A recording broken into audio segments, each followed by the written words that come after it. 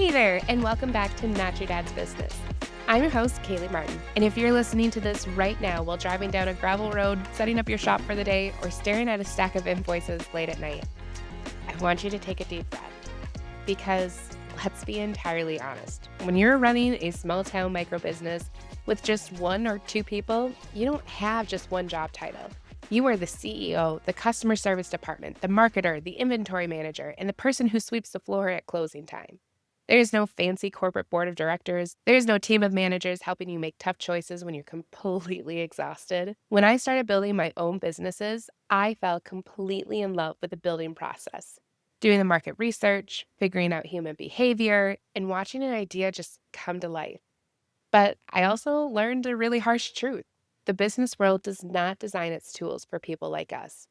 Most mainstream business advice is tailored towards massive tech startups or companies with huge corporate budgets. Nobody was looking out for the true local business owners on just a simple main street. And that's exactly why I started this podcast. I want to cut through the noise and serve up real, raw, actionable strategies so that you can grow your business without burning out or getting lost in analysis paralysis. I have exactly 0 degrees, but what I do have is pure passion and real world proof that simple, tactical systems can completely scale small town operations. Every single week, we break down the 3 pillars that actually matter for your survival: online presence, local presence, and automations. And today, we are leaning hard into that third pillar: automations. We are going to dismantle the myth that automation is only for giant tech companies, and I'm going to show you how a few simple, intentional changes can buy back your time, free up your mind, and create massive momentum in your business. So let's roll up our sleeves and dive in. Let's start with something that hits right at the core of our small town mindset. You have to stop treating your time like it's free.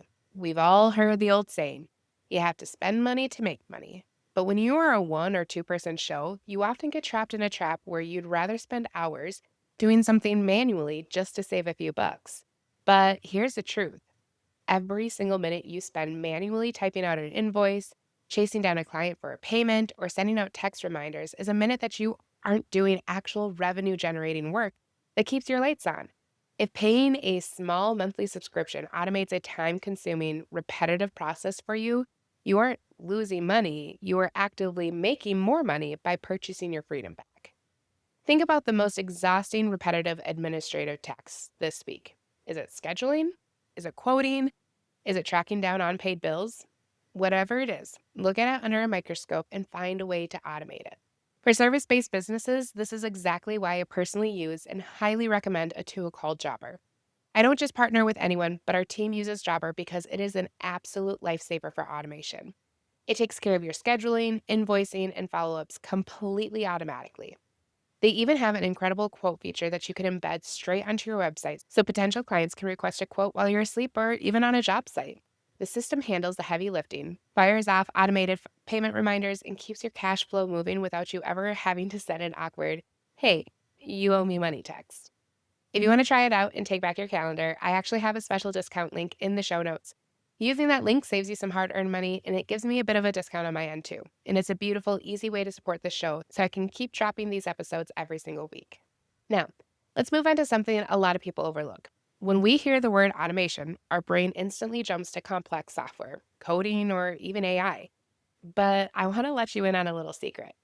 Automation doesn't always have to include technology. Sometimes automation simply means setting up a very boring, unshakable routine. In the business world, boring is often the ultimate sign of success. When things are exciting and frantically, it usually means you're firefighting. When things are boring, it means your systems are working. So let's look at a few practical examples. Say you run a local bakery. Instead of waking up every morning guessing what you're going to make based on your mood, you automate your week. Monday is cinnamon rolls, Tuesday is sourdough, Wednesday is for muffins. You establish a strict, repeatable routine, and suddenly it becomes automatic. Your brain doesn't have to waste mental energy thinking about what to do next, it just executes the process. There is a brilliant psychological reason for this. It's called decision fatigue. Every single minor choice you make throughout the day chips away at your mental energy. It's exactly why tech legends like Steve Jobs wore the exact same outfit, this signature black turtleneck and jeans, every single day. He completely automated this morning routine so his mind was completely free to focus on changing the world. My husband actually does this exact same thing with his wardrobe, and my grandpa did it too. By completely eliminating the daily processes of choosing an outfit, they freed up their minds to tackle much more important things, high-level decisions. You can do the exact same thing in your business operations. Design a routine so tight that the operational part of your day requires zero creative thinking. Automate the routine and save your brain power for growth work. And this brings us to our last point, the massive compound effect of automating your life.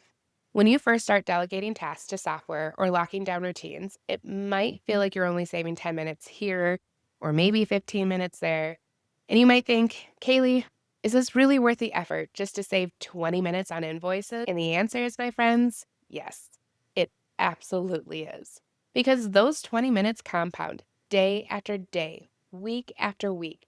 When you eliminate friction from your daily grind, you have no idea what kind of fresh ideas you can unlock. When your brain isn't completely weighed down by administrative static, it finally has the space to think big.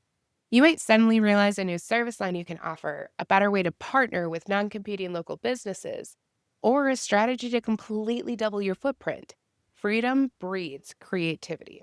Let's just clear up one major mindset roadblock here before we move on. Automating your business is not being lazy. Hear me clearly on this. It is being highly efficient.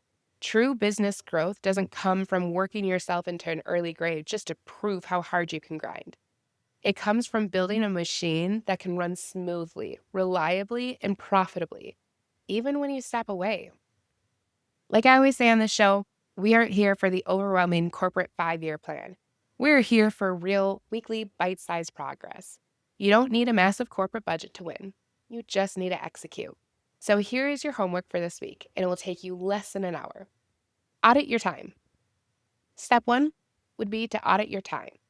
Sit down with a blank piece of paper and write down the top 3 tasks that drain your energy and eat up your clock every single week. Is it writing quotes, booking appointments, chasing invoices? Identify your primary bottleneck. Then step 2 would be to pick one technological tool. Take that number 1 bottleneck and find a way to wipe it out. If you're in home services or trade space, go click that jobber link in my show notes and look for their automated quote to website feature and set it up so that your digital front door can start working for you instantly.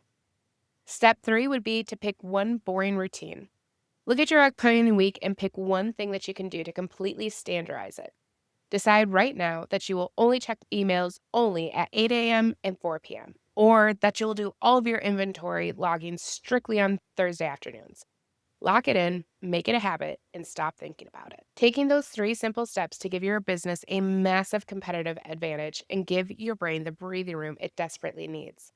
If today's conversation gave you completely new perspective on scaling your business on a budget, please take a second to hit that subscribe or follow button on whatever app you are listening on right now. Leaving a quick review and subscribing is the absolute best way to support this show, and it genuinely allows me to keep dropping these straight shooting strategies completely free of charge. Now, if you want a crystal clear look at exactly how your business is currently showing up online and where you might be losing out to local competitors, head over to my website at notyourdadsbusiness.com. I offer a completely free local search mini audit where you can plug in your information and see exactly how you rank in your local area. And while you're grabbing your free audit, make sure to jump on our weekly newsletter. Every single week, I take our exact podcast lessons and break it down into a highly detailed step-by-step checklist so that you can execute these strategies flawlessly without burning out.